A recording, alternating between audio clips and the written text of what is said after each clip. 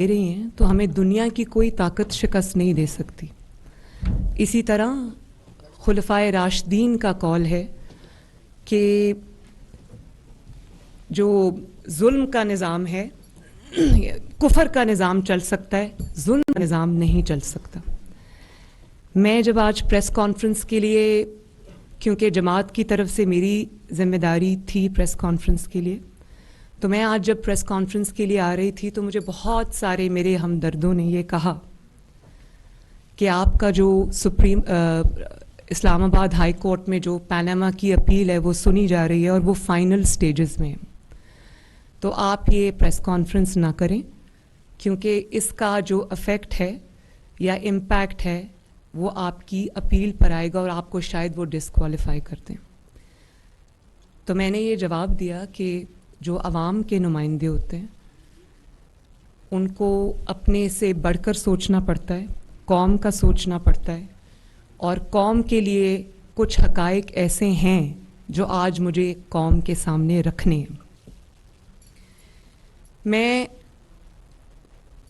75 سالہ تاریخ میں نہیں جانا چاہتی، وہ بھی انہی چیزوں سے عبارت ہے. لیکن اگر پچھلے چند سال کے 2016 سے آپ شروع ہو جائیں اور آج تک کے واقعات آپ دیکھ لیں، عدالتی فیصلے آپ دیکھ لیں، تو رونگٹے کھڑے کرنے والی ایک داستان انسان کے سامنے آتی ہے. فیصلہ جب ہو جاتا ہے تو غلط فیصلہ ہو سکتا ہے، لیکن غلط فیصلے کے بعد ایک غلط فیصلہ، اس کا ایک تسلسل سے ہونا. فیصلے کبھی بانجھ نہیں ہوتے. فیصلے جب کیے جاتے ہیں تو ان کے بہت دہائیوں تک اثرات ان کے رہتے ہیں، اور اثرات کم نہیں ہوتے. آنے والے وقت کے ساتھ وہ اثرات گہرے ہوتے جاتے ہیں. اور کسی بھی ادارے کی توہین کبھی بھی ادارے کے باہر سے نہیں ہوتی. ادارے کی توہین ادارے کے اندر سے ہوتی ہے. عدلیہ کی توہین اگر کوئی کرتا ہے تو متنازع فیصلے کرتے ہیں، انسان نہیں کرتے. میں ابھی پورا ایسے لکھ کے دے سکتی ہوں، پورا مقدمہ لکھ کے دے سکتی ہوں عدلیہ کی تعریف میں، لیکن ایک غلط فیصلہ اس سارے مقدمے کو اڑا کے رکھ دے گا. اور اسی طرح اگر آپ ٹھیک فیصلہ کرتے ہیں، انصاف پر مبنی فیصلہ کرتے ہیں، تو اس فیصلے کے اوپر جتنی بھی تنقید کی جائے وہ تنقید کوئی معنی نہیں رکھتی.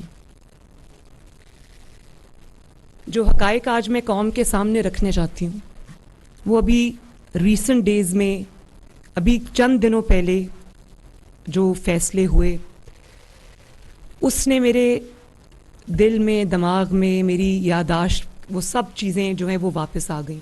میں ان کو مختصراً کوشش کروں گی، لیکن کیونکہ وہ ناانصافیوں کی فہرست اتنی طویل ہے کہ مولانا صاحب مجھے تھوڑا سا اگر وقت عنایت فرما دیں. پچھلے دنوں آپ نے دیکھا کہ حمزہ شہباز شریف صاحب کا الیکشن ہوا، وہ جیت گئے.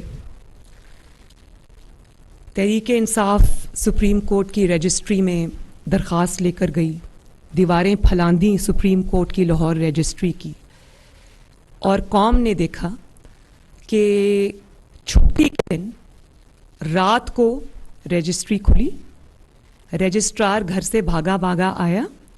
اس نے کہا جی پٹیشن کدھر ہے؟ تو تحریک انصاف کے لوگوں نے کہا کہ پٹیشن تو ابھی تیار نہیں ہوئی. تو پٹیشن اس نے کہا ہم یہاں بیٹھے ہیں، آپ پٹیشن تیار کریں. یہ کبھی کسی مقدمے میں ہوا؟ لوگوں کی پٹیشنز جاتی ہیں انصاف کے لیے، وہ پٹیشنز لگتی ہی نہیں ہیں، انتظار میں کئی ہفتے مہینے گزر جاتے ہیں. اب میں اس کی تفصیل میں جاؤں گی تو وہ ایک بہت لمبی لسٹ ہے. اور جب پٹیشن آتی ہے، ہمارے انصاف کا نظام یہ ہے کہ جب کوئی پٹیشن آتی ہے تو لوگوں کو پہلے سے پتہ ہوتا ہے کہ بینچ کون سا بنے گا، اور جب بینچ بنتا ہے تو لوگوں کو پتہ ہوتا ہے پہلے سے کہ فیصلہ کیا ہوگا. یہ ہے اس وقت ہمارے ملک میں انصاف کی حقیقت. سنجرانی صاحب کے الیکشن میں 6 ووٹس ریجیکٹ ہوتے ہیں، اسپیکر رولنگ دیتا ہے، سپریم کورٹ میں جاتے ہیں، تو کورٹ کہتی ہے کہ جو اسپیکر کی رولنگ ہے اس کو چیلنج نہیں کیا جا سکتا، لہٰذا وہ 6 ووٹس جو ہیں وہ ریجیکٹڈ ہیں۔ اب آپ آ جائیں پنجاب اسمبلی کی طرف، وہاں پر اسپیکر نے رولنگ دی کہ چودھری شجاعت حسین صاحب جو پارٹی کے سربراہ ہیں، ان کی مرضی کے خلاف جنہوں نے ووٹ دیے ہیں وہ کاؤنٹ نہیں ہوں گے۔ تو سپریم کورٹ نے ان کو بلا کر کٹہرے میں کھڑا کیا، حالانکہ وہ بھی ڈیپٹی اسپیکر کی رولنگ تھی، اس کو کھڑا کیا۔ قاسم سوری صاحب کو کیوں نہیں بلایا گیا سپریم کورٹ میں، جبکہ سپریم کورٹ نے کہا کہ آئین ٹوٹا ہے؟ کیوں ان کو نہیں بلایا گیا؟ اور وہیں سے اگر آغاز کر لیں تو قاسم سوری صاحب نے کا اوپن اینڈ شٹ کیس ہے، ان کے جعلی ووٹ ثابت ہوئے ہیں اور 2.5 سال سے سپریم کورٹ سے ان کو سٹے ملا ہوا ہے۔ اور پرائم منسٹر اس کو پریزیڈنٹ صاحب بھی انوالوڈ تھے، قاسم سوری صاحب بھی انوالوڈ تھے، کسی کورٹ نے ان کو نہیں بلایا۔ پرائم منسٹر کو تو شہباز شریف صاحب جب سے پرائم منسٹر بنے اکثر کورٹ میں دیکھے جاتے ہیں، اس کی تفصیل میں بعد میں آتی ہوں۔ پھر 25 ارکان کو کہا کہ ڈی سیٹ ہو گئے۔ ڈی سیٹ اس صورت میں کہ اگر پارٹی ہیڈ یہ درخواست دے کہ انہوں نے پارٹی ہیڈ کی منشا کے خلاف ووٹ دیا، لہٰذا ان کو ڈی سیٹ کیا جائے۔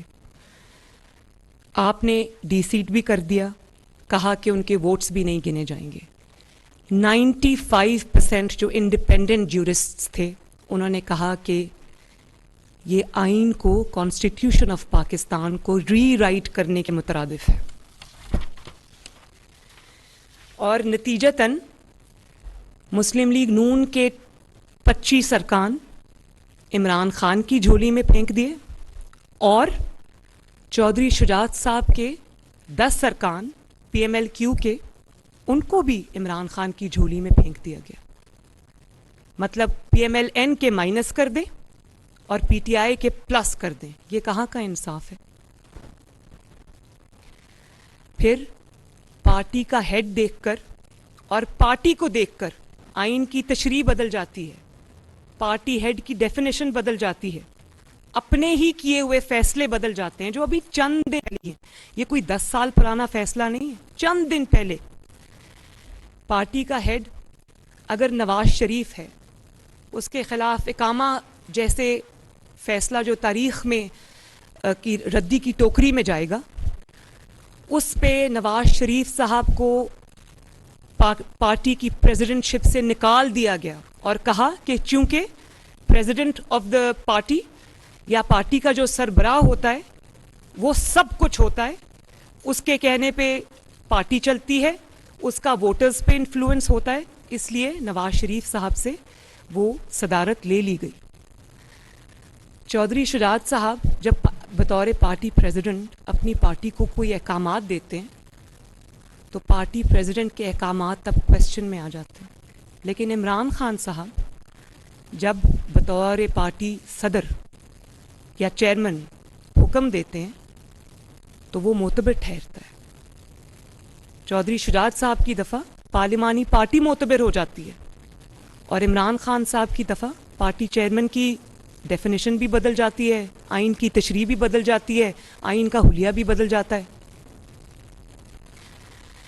اور دیکھیں، ترازو تو ٹھیک کر لیں، ترازو ٹھیک ہوگا تو پاکستان اپنے آپ ٹھیک ہو جائے گا۔ اور ٹرسٹی چیف منسٹر، بلیک لا ڈکشنری، یہ کدھر سے نئے نئے آئیڈیاز، نت نئے آئیڈیاز، منفرد آئیڈیاز آتے ہیں؟ کبھی سنا آپ نے کہ کوئی ٹرسٹی چیف منسٹر ہو؟ جب سے حمزہ چیف منسٹر بنا ہے پنجاب میں اس کو کام نہیں کرنے دیا گیا،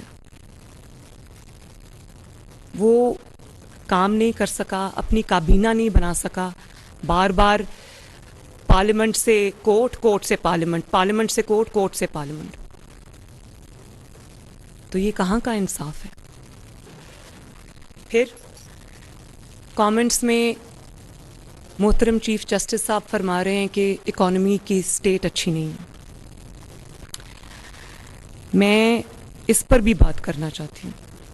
4 سال جب اکانومی کے نٹ بولٹس کھولے جا رہے تھے, جب عمران خان اکانومی کی تباہی کر رہا تھا, ایک سٹیٹمنٹ آپ نے کبھی سنی ہے کہ اکانومی کی حالت اچھی نہیں؟ اکانومی کی جب بات ہوگی تو اپریل 22 میں جب ہمیں حکومت ملی اور آج جولائی 22 میں یہ موازنہ نہیں ہوگا. پھر موازنہ ہوگا 2017 کا پاکستان, جب آپ نے نواز شریف کو نکالا تھا تب اکانومی کی کیا سٹیٹ تھی, اور جب اپریل میں عمران خان حکومت چھوڑ کے گیا تو اکانومی کی کیا سٹیٹس تھی. اس وقت وینٹیلیٹر پہ اکانومی تھی, لیکن اس وقت کسی کو کوئی خیال نہیں آیا, کوئی سو موٹو نہیں ہوا, کوئی وہ سیاہ و سفید کا مالک رہا, اس نے پاکستان کے ہر شعبے میں تباہی کی, لیکن اس کو کھلی آزادی تب بھی تھی, اس سے پہلے بھی تھی, آج بھی ہے. اور اکانومی کی بات سائڈ پہ آپ اگر رہنے دیں, وہ اس کی بھی ایک بہت لمبی تفصیل ہے. آپ صرف چند ہوش ربا حقائق آپ دیکھ لیں کہ ملک ریاض صاحب کو 50 بلین جو ہے وہ برطانوی حکومت پاکستان, اسٹیٹ آف پاکستان کو دیتی ہے, اور وہ اپنے جو کیبنٹ ہے اس میں ایک بند لفافہ لہراتے ہیں. اس بند لفافے میں اللہ جانے کیا ہے. یہ بھی ہو سکتا ہے کہ نیوکلیئر ایسٹس ہم کسی کو دے رہے ہیں خدا نخواستہ, یا کشمیر میں سرنڈر کر رہے ہیں, آپ کو کیا پتہ کیا ہے. انہوں نے وہ اس طرح بند لفافہ دکھایا اور وہ پیسہ 50 ارب روپیہ ملک ریاض صاحب کو سائفن آف کر دیا. وہ پاکستانی قوم کا پیسہ تھا. کہاں ہے اس کی منی ٹریل؟ اس پہ کسی نے سو موٹو نوٹس لیا؟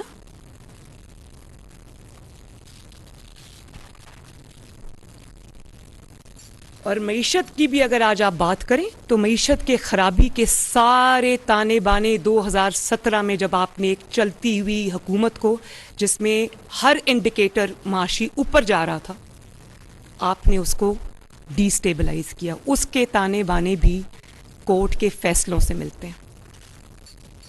جب سے آپ نے نواز شریف صاحب کو اقامہ جیسے مذاق پر نکالا, تب سے یہ ملک, جس طرح جہاز میں جب ٹربولنس ہوتی ہے تو لوگ سیٹ بیلٹس باندھ لیتے ہیں, ان کو کہا جاتا ہے, اسی طرح یہ ملک ٹربولنس کا شکار ہے. 2017 کے بعد سے لوگوں نے سیٹ بیلٹس کھولی نہیں ہیں آج تک. ایسا ملک وہ ہلا کہ اب سنبھلنے میں نہیں آ رہا. جے آئی ٹیز بنی, پاکستان کی تاریخ کی پہلی جے آئی ٹی تھی. واٹس ایپ کالز پہ وہ جے آئی ٹی بنی, ایک ایک تفصیل سامنے آئی. مانیٹرنگ جج لگایا گیا, پاکستان کی تاریخ کا پہلا واقعہ تھا. اور وہ مانیٹرنگ جج جو تب لگایا تھا وہ آج بھی مانیٹرنگ جج لگا ہوا ہے. وہ تا حیات مانیٹرنگ جج وہ اس مقدمے کے لیے لگایا تھا, لیکن لگتا ہے کہ وہ تا حیات مانیٹرنگ جج لگ گئے ہمارے اوپر. ہر مقدمے میں جو ہمارے خلاف ہوتا ہے اس میں وہ شامل ہوتے ہیں. تو باقی کی سپریم کورٹ میں اتنے زیادہ ججز ہیں, فاضل ججز ہیں, انصاف کرنے والے ججز ہیں, اچھی ریپوٹیشن کے مالک ججز ہیں, کسی بھی شک و شبہ سے بالا تر ان کی انٹیگریٹی ہے, وہ والے ججز ہیں. ان کو کیوں اس میں شامل نہیں کیا جاتا؟ ایک یا دو ججز جو ہمیشہ سے anti P M L N رہے ہیں, اینٹی گورنمنٹ رہے ہیں, بار بار اسٹیبلش ہوئے ہیں, انہی کو اس بینچ میں بٹھا دیا جاتا ہے. تو جس طرح میچ فکسنگ ایک جرم ہے, اس طرح بینچ فکسنگ بھی ایک جرم ہے. اس پہ بھی سو موٹو ہونا چاہیے. اور پھر کیا کیا القابات سے سپریم کورٹ کے ججز نے, 5 ججز نے ہمیں نہیں نوازا. God father, Sicilian mafia, Shakespeare کے ڈرامے سے نکال کے وہ چیزیں لے کر آئے. کبھی کسی نے تاریخ میں نہیں سنا. اور اتنے بڑے بڑے القابات سے نوازا اور نکلا, اور پوری دنیا میں کھوجی دوڑا دیے کہ نواز شریف کے خلاف کوئی ثبوت لے آؤ, سٹنگ پرائم منسٹر کے خلاف ثبوت لے آؤ. ثبوت ہوتا تو ملتا نا. جہاں گناہ ہوتا ہے, جہاں جرم ہوتا ہے, اس کا ثبوت ہمیشہ ہوتا ہے. کچھ نہیں ملا. اور پھر آخر میں سسیلین مافیا, گاڈ فادر, سب کچھ کہہ کے اور آخر میں ایک اقامہ پر چلتا کیا. اور مائی لارڈشپس, میں آپ سے بہت احترام کے ساتھ کہتی ہوں کہ جس عدالت میں پاناما کا کیس چل رہا تھا, اسی عدالت میں اس بینچ پہ بیٹھے ہوئے ایک جج نے, جسٹس کھوسا نے, میں XYZ نہیں کہتی, میں نام لیتی ہوں. جسٹس کھوسا نے عمران خان کو کہا کہ سڑکوں پہ کیا مارے مارے پھر رہے ہو, میرے پاس لے کے آؤ پٹیشن, میں سنتا ہوں. دیر بائی میننگ کہ نواز شریف کو نکالنا چاہتے ہو, اور میں تمہاری مدد کروں, ہم نکالتے ہیں. اور پھر دنیا نے دیکھا کہ وہ نکالا گیا ان کو اسی عدالت میں. اس سے بڑا مذاق کیا ہوگا کہ اسی عدالت میں, سپریم کورٹ کے کورٹ روم نمبر 1 میں ڈکلیئرڈ اشتہاری عمران خان, جو ڈکلیئرڈ اشتہاری